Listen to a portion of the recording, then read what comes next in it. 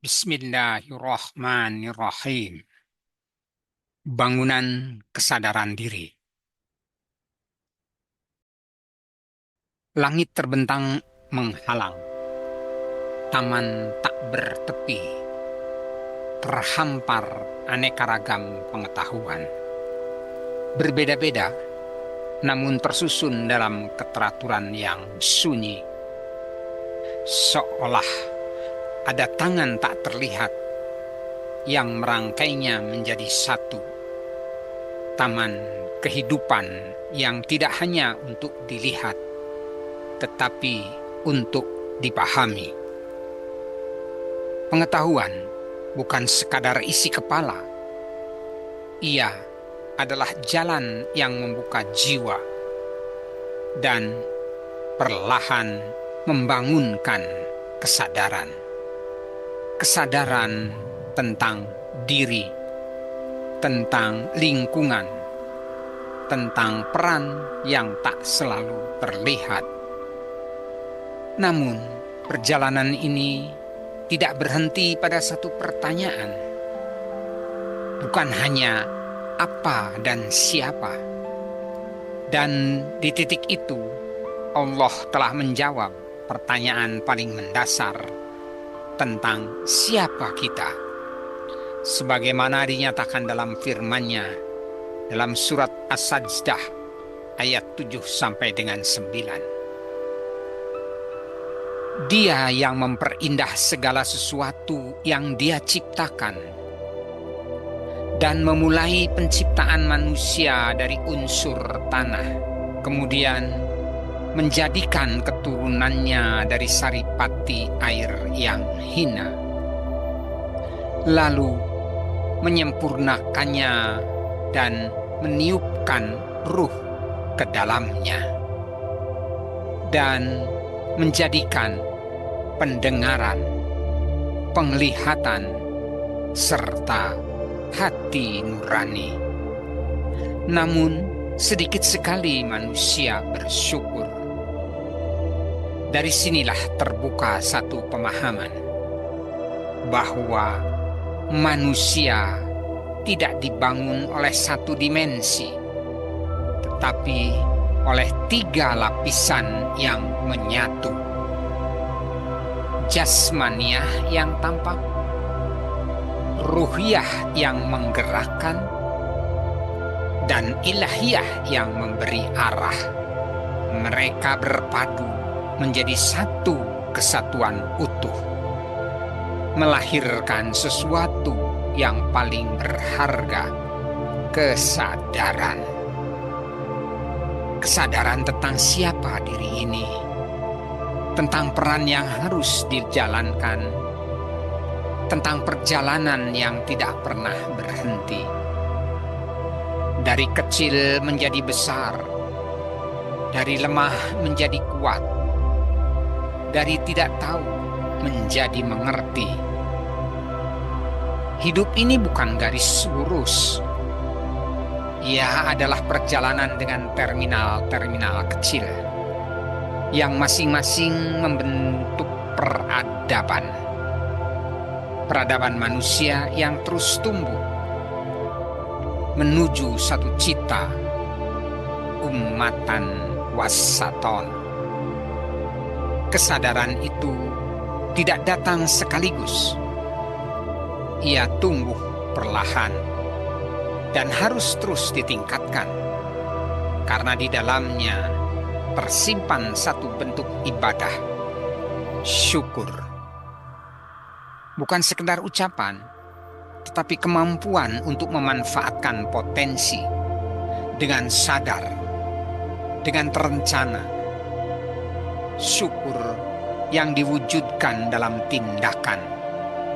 Dan Allah telah menjanjikan dalam firman-Nya surat Ibrahim ayat 7.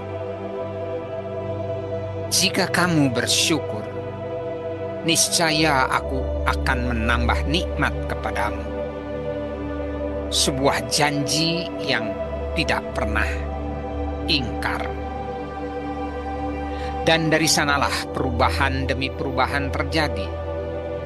dari sederhana menjadi kompleks, dari analog menjadi digital, dari pola visual menjadi kecerdasan buatan, dari alat sederhana menjadi robotik. Semua itu adalah manifestasi dari syukur yang bekerja, dari kesadaran yang terus tumbuh. Namun, taman keindahan kehidupan ini tidak hanya tentang perubahan.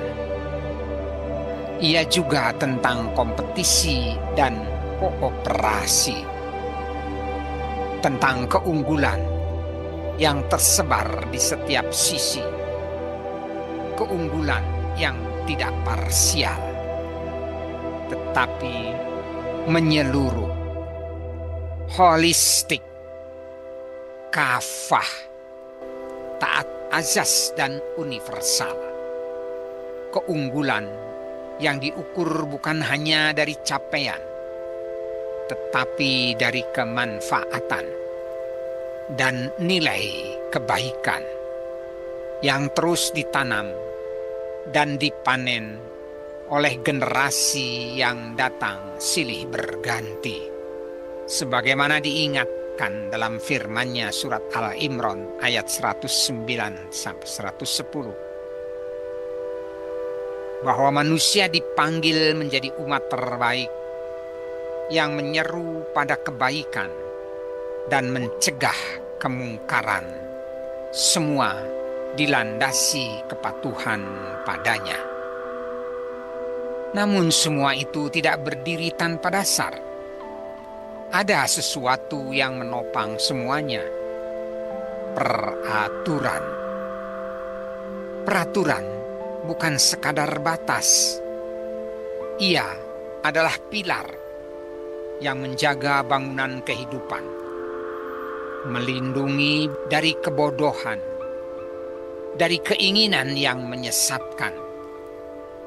Peraturan hadir dalam keluarga, dalam masyarakat, dalam kehidupan berbangsa.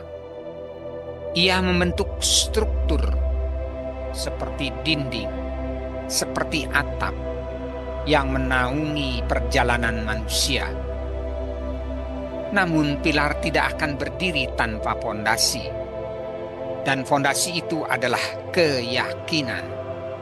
Keyakinan yang kokoh, yang tidak rapuh oleh panas, tidak goyah oleh bisikan, dan menebarkan kasih sayang.